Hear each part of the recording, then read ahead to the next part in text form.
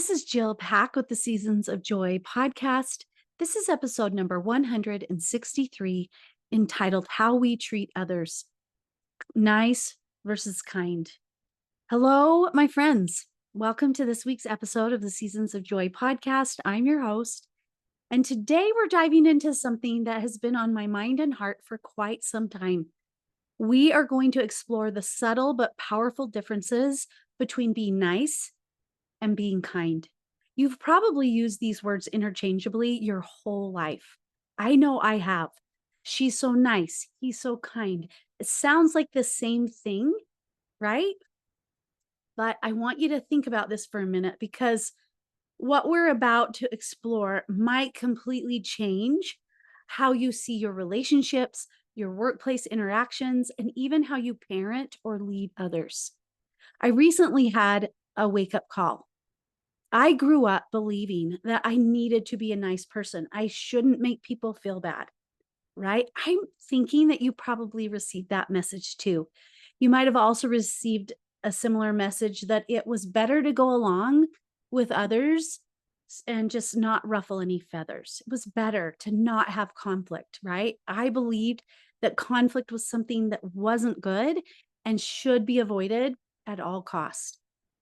Peace has also always been important to me, and tension in my relationships has scared me. However, a few years ago, I had an experience where I was trying to keep the peace, right, in a contentious situation. I was trying to see both sides, I was trying to be neutral in order to make the contention and the conflict go away and for peace and harmony to return. And that sounds nice, right? But the truth wasn't neutral. I did have an opinion, but I was afraid to share it. Now, this belief and this fear prevented me from managing myself or showing up as the person that I wanted to be in that situation.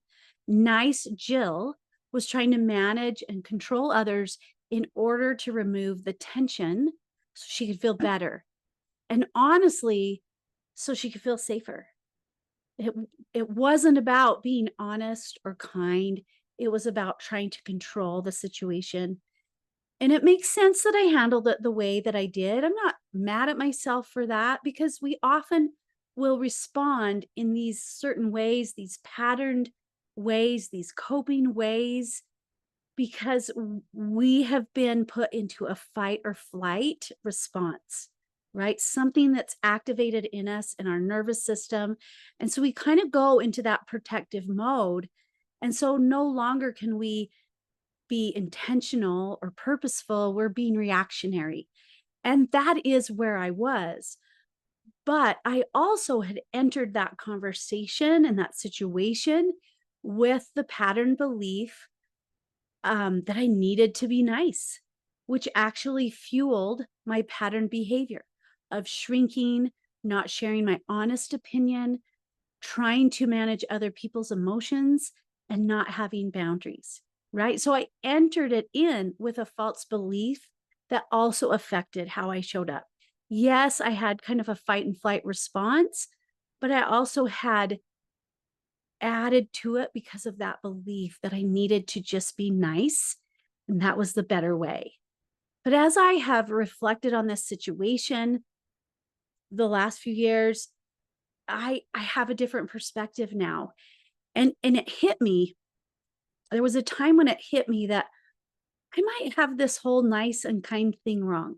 And I think that's kind of a general rule for many of us. As I've talked to other women and other people, I think we have a similar experience around nice and kind. So, what do these words actually mean? Let's start with the basics. When we look at the dictionary definitions, nice typically describes someone who's pleasant, polite, agreeable to others. It's about pleasing, it's being socially acceptable and appropriate.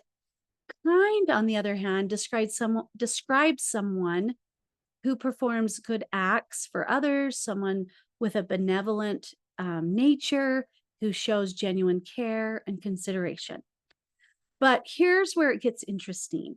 When we look at what the roots are of these words, that can also show us some insight. And so as I was studying this, the word nice actually comes from a Latin word, necius, and it means ignorant. Isn't that interesting? Right. And over time, nice has evolved through different meanings like timid, faint hearted, before becoming our modern idea of pleasant and agreeable. Meanwhile, kind has roots in Middle English, meaning friendly or deliberately doing good to others. It is also connected to the Germanic word for kin, as in family. So, kindness could be literally about treating others like family. So, already just looking at the meaning and the definition of those words, we can kind of begin to see they're actually not the same thing at all. And I would offer that the core distinction comes down to motivation and focus. Niceness is often self centered. We're nice because we want to be liked, we want to avoid conflict, or we want to maintain our image as a good person. It's about us and how other people perceive us. Kindness, on the other hand, is um, focused on others, it's other centered. It focuses on what the other person actually needs, even if that's uncomfortable, inconvenient, or doesn't make us look good at all. But I want you to think about it this way, or just open your mind a little bit. What if niceness is is expressed through words and gestures, right? If we think about it, can we see that? Like we say the right thing, we smile, we're polite, right? We can kind of see niceness that way. Where kindness is expressed through actions. It's doing what actually is the best thing for you and the other person. It's doing what actually helps the other person, even when it's hard. So, this is why we can be nice without being kind, and we can be kind without being nice.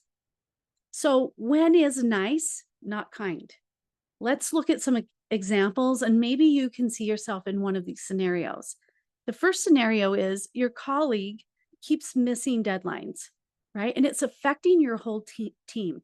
And the nice response could look like you're covering for them, you don't say anything to management, and maybe you even do some of their work. You're being pleasant and you're avoiding conflict. Sounds nice, right? But is it kind? It isn't. It's not really that kind because you're enabling behavior that's ultimately going to harm that colleague's ability to grow. It's going to harm your team's success and probably your own well being too. The kind response might be having an honest, direct, and probably uncomfortable conversation about the impact of that person's behavior. Scenario number two, let's say you're at dinner with friends and someone makes a poor taste joke, right? Something in poor taste, maybe a racist joke. And the nice response could look like maybe you laugh a little nervously, you're not sure what to say, you change the subject, or you just sit in this uncomfortable silence, not knowing what to say, right? But you keep being pleasant and you avoid a confrontation, right? We think we just need to push it away. Let's just pretend it didn't happen. That's the nice thing to do. But what would the kind response look like? It could look like speaking up. Might not feel nice in the moment, but it's the kinder thing to everyone involved, including the person making the joke. It actually gives them an opportunity to kind of reflect and think about what they said and grow. And again, it's not about calling them out or complaining. It could look like something like, I just didn't really feel comfortable with that joke. Did you mean for it to sound that way? Right. And so you're not like angry, you're just speaking up. That is the kind thing to do. Let's look at another scenario. Let's say your friend is dating someone and they keep dating these people that don't treat them good. And she constantly comes to you and complains and looks for advice, but she never takes it. right? And you repeat this over and over, the same scenario. The nice response is to keep listening sympathetically and you say supportive things. And there's nothing wrong with that. What you want to notice is how you feel after. If you notice some resentment coming up for you, then maybe that's a sign it's time to say something different or to do the kind thing instead of the nice thing. Because ultimately, right, they're stuck in this pattern, and if you have an opportunity to share something that might influence them. So the kind response could look like saying, "I care too much about you to see you continually hurt yourself this way. I'm here when you're ready to do something different, but I just can't continue to have the same conversation over and over. I love you." Right? Like it's you can share genuine care, but being honest. And now notice in each one of these scenarios, the kind responses required a few things, right? It required courage, boundaries, and sometimes some short-term discomfort for long-term benefit. So why do we default to the niceness over kindness? It's often rooted in fear of rejection, fear of conflict, fear of not being liked. Niceness feels safe because it's predictable and it's socially rewarded, right? We want to be the nice person. But what I discovered is research actually shows that when we act with genuine kindness, our brains release oxytocin, and it's a love hormone. And this hormone actually dampens the activity in our amygdala. And that's the region of your brain that's associated with fear and anxiety. So, kindness literally makes us less afraid, it calms us down. Kindness can also release serotonin and dopamine, which boosts our mood and creates this natural reward cycle. It can even trigger endorphins, which can give us something like a helper's high. So while niceness might feel safer in the moment, kindness is actually better for our mental health and well being, and it creates deeper, more authentic connections with the people in our life. When we consistently choose niceness over kindness, I believe we pay a price. And that can look like enabling harmful behaviors in others, right? We build superficial rather than genuine relationships.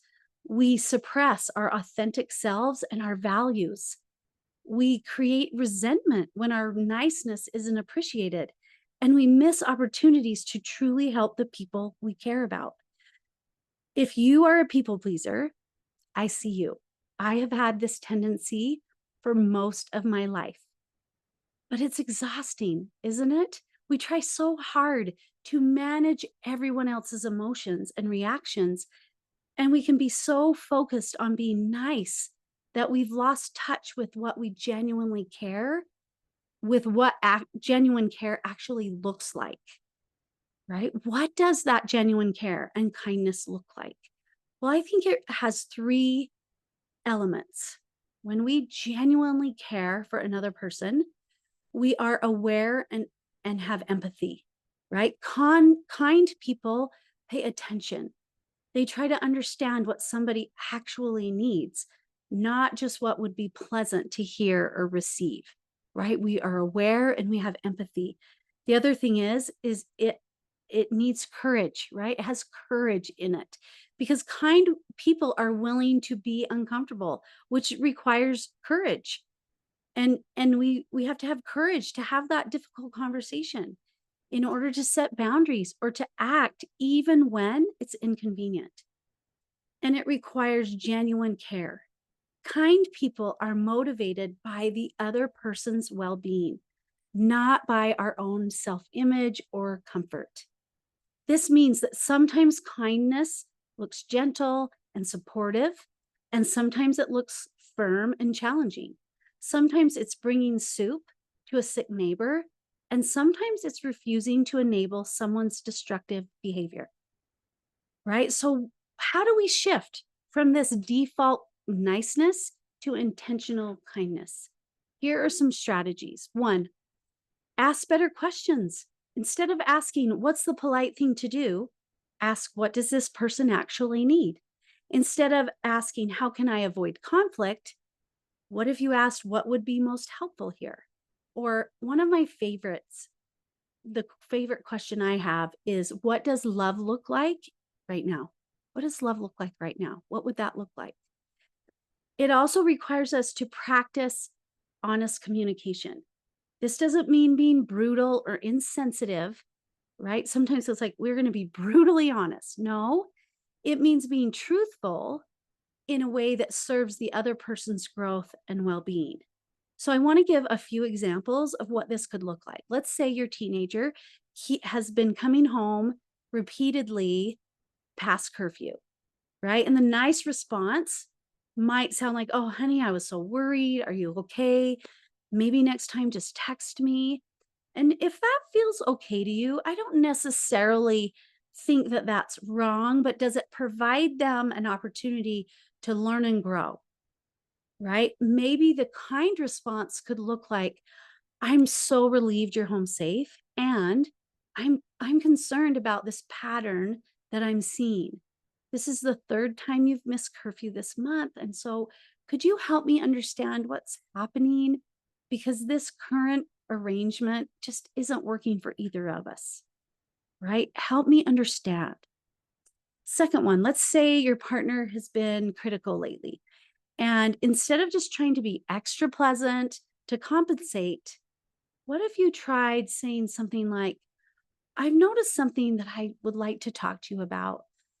Over the past few weeks, our conversations have felt more tense, and I find myself walking on eggshells, and I don't think it's healthy for either one of us. And I'm wondering if there's something going on that we could and should address together. Would that be okay? Right? Again, we're inviting them into the conversation.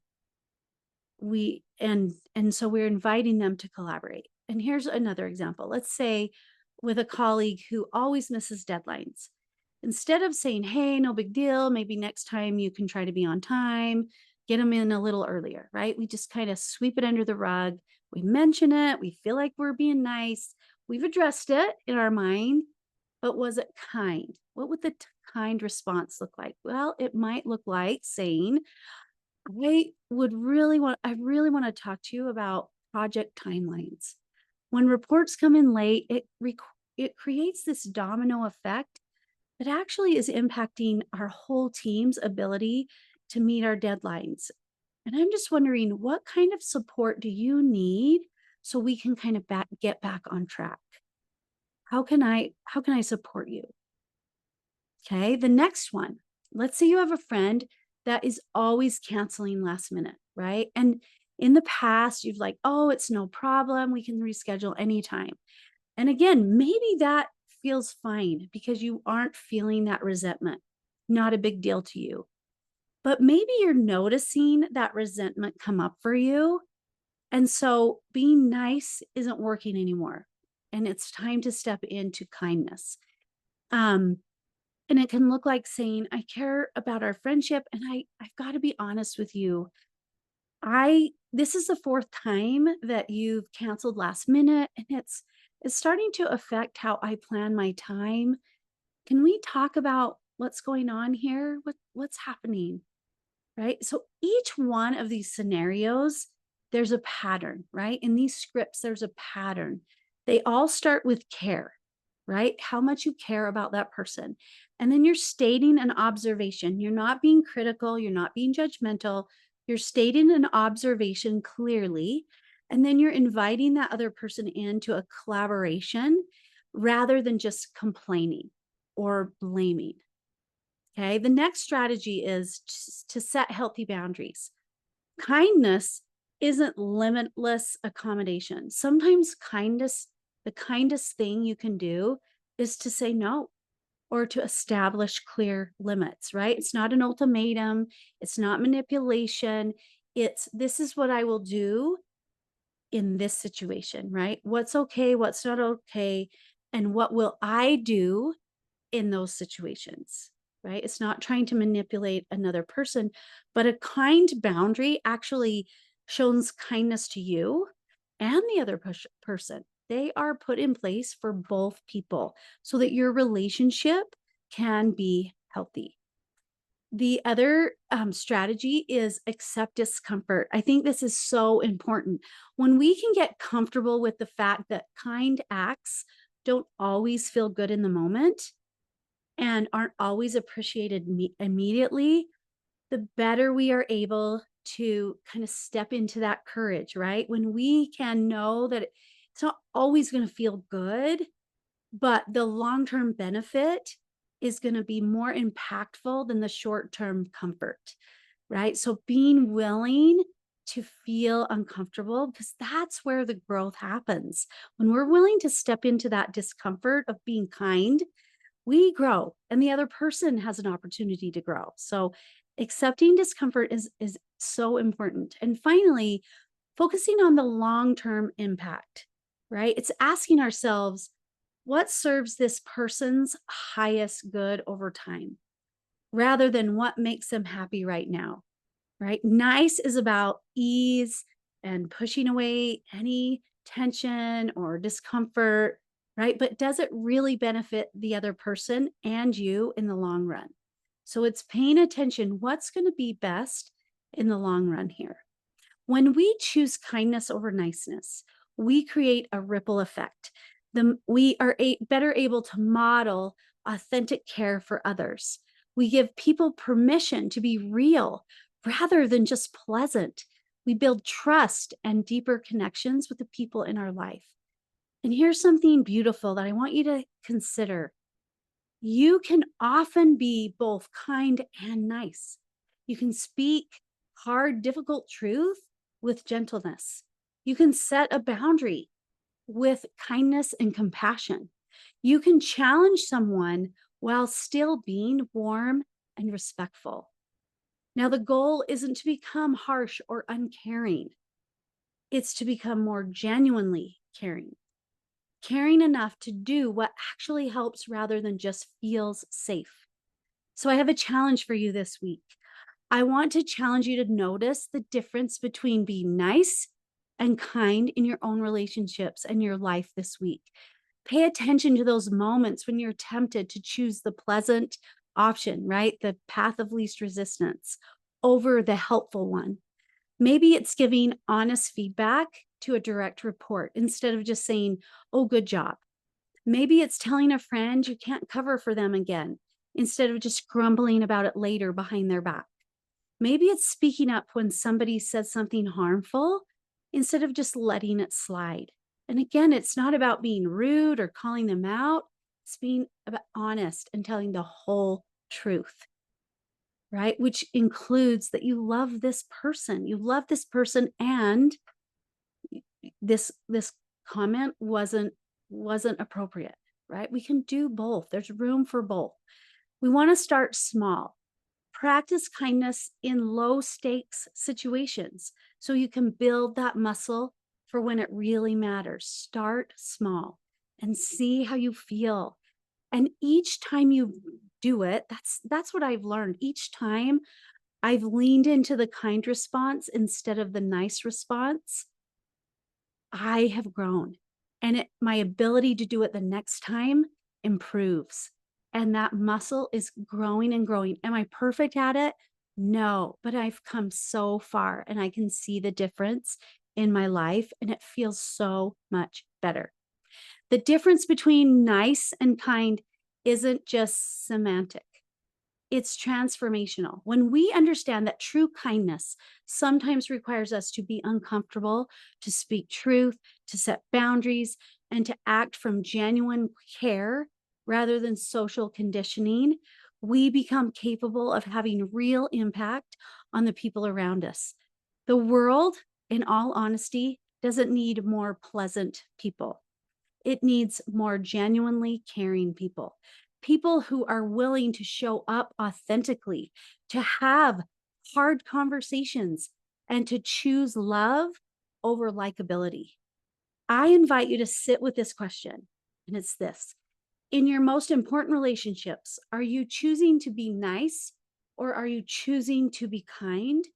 And what might change if you leaned more toward the latter?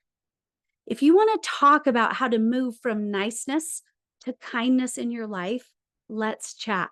You can find a link in my show notes or on my website, www.seasons-coaching.com, to schedule a one on one complimentary clarity conversation.